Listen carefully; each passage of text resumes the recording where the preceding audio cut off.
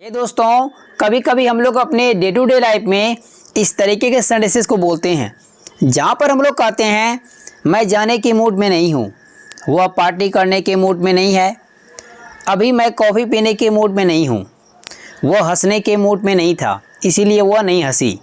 तो इस तरीके के सेंटेंसेस को इंग्लिश में बोलने के लिए कौन सा स्ट्रक्चर का यूज़ किया जाता है?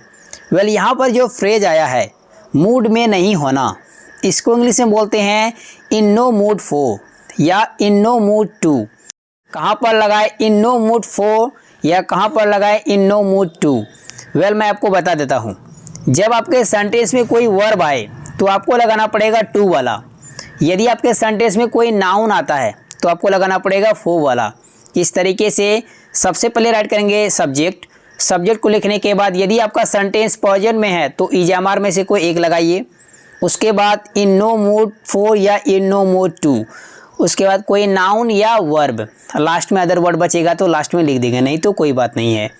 यदि आपका सेंटेंस पास्ट में होगा तो आप क्या कीजिएगा, हेल्पिंग वर्ब जहाँ पर इजामार है वहाँ पर आपको वॉज या वर्ब में से कोई एक लगाना पड़ेगा। आपको तो पता ही होगा किसके साथ वॉज लगाते हैं, किसके साथ वर्ब लगाते हैं।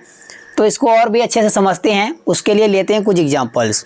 तो आज का पहला एग्जाम्पल है मैं जाने के मूड में नहीं हूँ। इस सेंटेंस के लिए बोलेंगे I am in no mood to go. I am in no mood to go. आम या आई एम को शॉर्ट में पढ़ते हैं। अगर इस सेंटेंस को पास्ट में बोलेंगे तो मैं जाने के मूड में नहीं था। इस सेंटेंस के लिए बोलेंगे I was in no mood to go. I was in no mood to go. Next sentence मैं अभी कॉफ़ी के मूड में नहीं हूँ। इस सेंटेंस के लिए बोलेंगे यहाँ पर नाउन आया है तो फो वाला लगाएंगे। I am in no mood for coffee now. I am in no mood for coffee now या no I am in no mood for coffee. Next sentence वह हंसने के मूड में नहीं थी। इस सेंटेंस के लिए बोलेंगे she was in no mood to laugh. She was in no mood to laugh. Next sentence वह पैसे देने के मूड में नहीं है। इस सेंटेंस के लिए बोलेंगे he is in no mood to give money. He is in no mood to give money. Hey guys, इससे जुड़े मैं आपको एक सेंटेंस देता हूँ, इसको ट्रांसलेट कीजिए, राइट कीजिए कमेंट बॉक्स में।